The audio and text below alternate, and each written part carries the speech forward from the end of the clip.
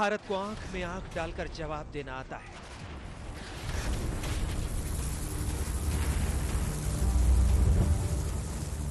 भारत चीन तनाव के बीच भारत के प्रधानमंत्री की ये कोई साधारण बात नहीं है।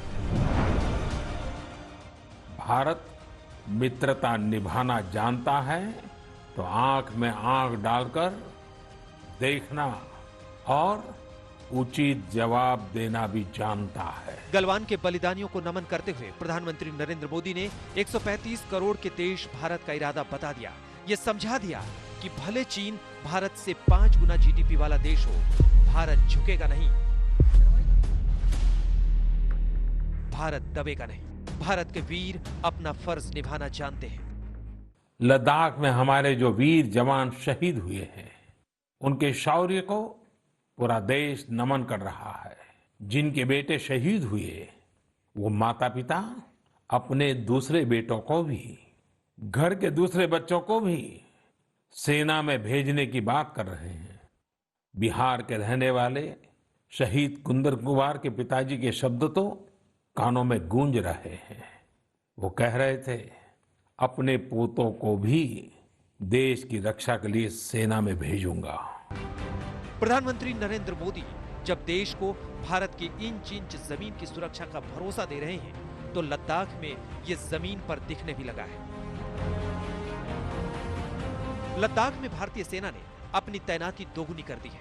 अब 40 से 45 हजार भारतीय सेना के जवान लद्दाख में हैं, जबकि पहले 20 से 24 हजार सैनिक ही थे। सेना के अलावा आईटीबीपी के जवान भी ग्राउंड पर हैं। भारतीय सेना ने पूरे लद्दाख सेक्टर में अपनी तादाद दुगना कर दी है। इस समय भारत के 40 से 45 हजार सैनिक ईस्टर्न लद्दाख में तैनात हैं, वही चीन की तरफ से 30 हजार से 35 हजार सैनिक हैं। आने वाले दिनों में लगता है कि यही स्थिति रहने वाली है जब तक चीन स्टेटस को रिस्टोर नहीं करता। भारतीय सेना की इतनी बड़ी तैनाती की वजह यह है कि चीन ने लद्दाख में गलवान, पेंगोंग त्सो और हॉट स्प्रिंग के अलावा दूसरे मोर्चे भी खोलने की कोशिश की है। ऐसे में एलएसी की मौजूदा चुनौती अगर चीन की पहले की हिमाकतों से ज्यादा गंभीर है, तो भारत का संकल्प भी उतना ही मजबूत है। आसमान में चीन की साजिश को मिलेगा करारा जवाब। Airborne early warning control system के जरिए, यानी कि भारतीय वायु सेना की आसमान में आंखें, जो कि ये बता पाएंगी कि आसमान में चीन की हरकत क्या है। भारतीय वायुसेना इसका जवाब देने के लिए पूरी तरह से तैयार है। यही नहीं, एयर डिफेंस सिस्टम भी एलएसी के बेहद करीब लगा दिए गए हैं। इसका यह मतलब है कि अगर कोई गतिविधि होती है और ऐसा लगता है कि चीन की तरफ से हवाई हमला होगा, तो चीन की एयरफोर्स के एयरक्राफ्ट को वहीं गिरा दिया जाएगा। भारत चीन से आई चुनौती पर अपनी कमर कस चुका है, लेकिन बातचीत का रास्ता बंद नहीं हुआ है। भारत और चीन मौजूदा तनाव घटाने और बाउंड्री के मुद्दे को सुलझाने के लिए हर हफ्ते बात करेंगे। Working mechanism for consultation and coordination यानी WMCC के तहत होगी। पिछले हफ्ते WMCC फ्रेमवर्क में एक दौर की बातचीत हो चुकी है।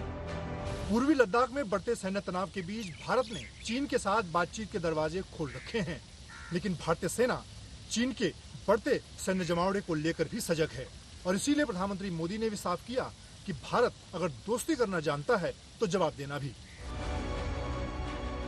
भारत ने चीन से बातचीत का रास्ता भले ना बंद किया हो, लेकिन उसकी चालबाजियों को दो टूक खुले शब्दों में कहने लगा है और चेतावनी देने लगा है कि एलएसी पर चीन की ओर से यही सब चलता रहा तो द्विपक्षीय संबंध बिगड़ेंगे।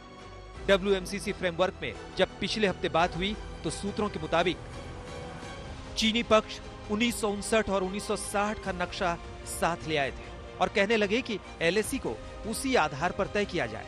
जिस नक्शे को चीनी लेकर आए थे, उसे तो भारत 1962 के युद्ध से पहले ही खारिज कर चुका था। लिहाजा नक्शे वाली ये चीनी चाल पिछले हफ्ते नाकाम साबित हुई।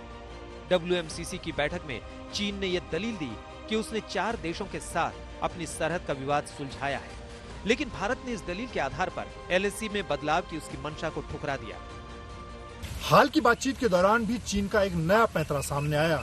चीन 1959 के नक्शे की बात कर रहा है, लेकिन भारत ने साफ कर दिया है कि चीन को हर हाल में पूर्वी लद्दाख में अपना सैन्य जमावड़ा खत्म करना होगा और मई 2020 की यथास्थिति में वापस लौटना होगा।